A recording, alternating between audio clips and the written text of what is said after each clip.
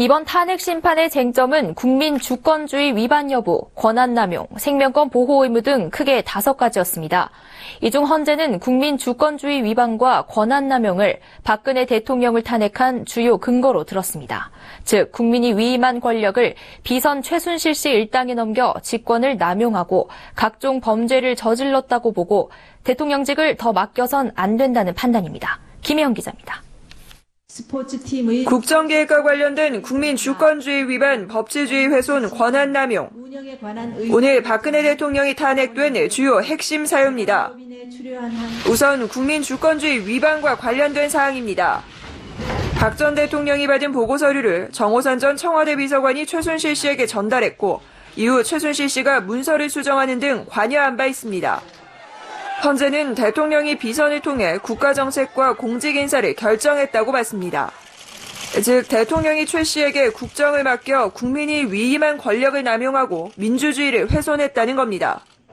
안부와 직결된 문건을 유출해 국가공무원법상 비밀엄수 의무를 위배했다고도 판단했습니다. 다음은 권한남용입니다. 헌재는 미르케이 스포츠재단과 관련한 기금 모금이 대통령의 공정한 직무수행 의무를 위배해 파면 사유에 해당한다고 결론 내렸습니다. 즉 대통령이 위력으로 기업에 자금을 출연하게 했고 이 과정에서 최순실 씨의 사익을 도와줬다는 겁니다. 이와 함께 최 씨의 요청으로 KT 인사청탁을 지시했고 이 역시 최 씨의 사익을 위해 대통령 권한을 남용한 행위로 공정한 직무수행으로 볼 수는 없다는 겁니다. 또 미르케이 스포츠재단 모금 과정 등에서 기업의 재산권과 기업 경영의 자유를 침해했다고도 판단했습니다.